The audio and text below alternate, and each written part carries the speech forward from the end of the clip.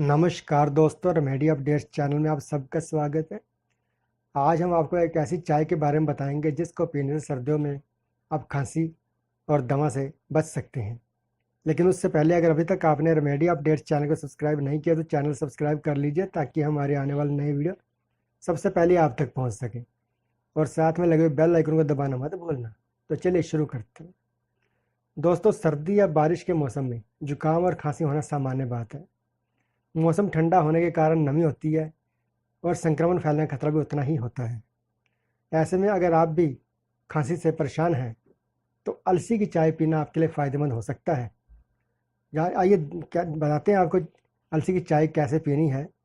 अलसी की चाय बनाने के लिए आपको पिसी हुई अलसी या फिर इसका पाउडर प्रयोग करना होगा। यह चाय आपको खांसी की तकलीफ से निजात दिलाने में मदद करेगी।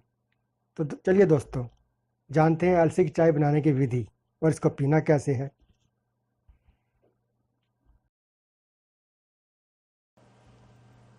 दोस्तों, अलसी की चाय बनाने के लिए जो हमें सामग्री चाहिए वो है 2 कप पानी, अलसी का पाउडर चाहिए 1 चम्मच, और स्वाद के लिए शहद, गुड़ या शक्कर का इस्तेमाल कर सकते हैं। जो इसके बनाने की विधि है वो इस प्रकार है।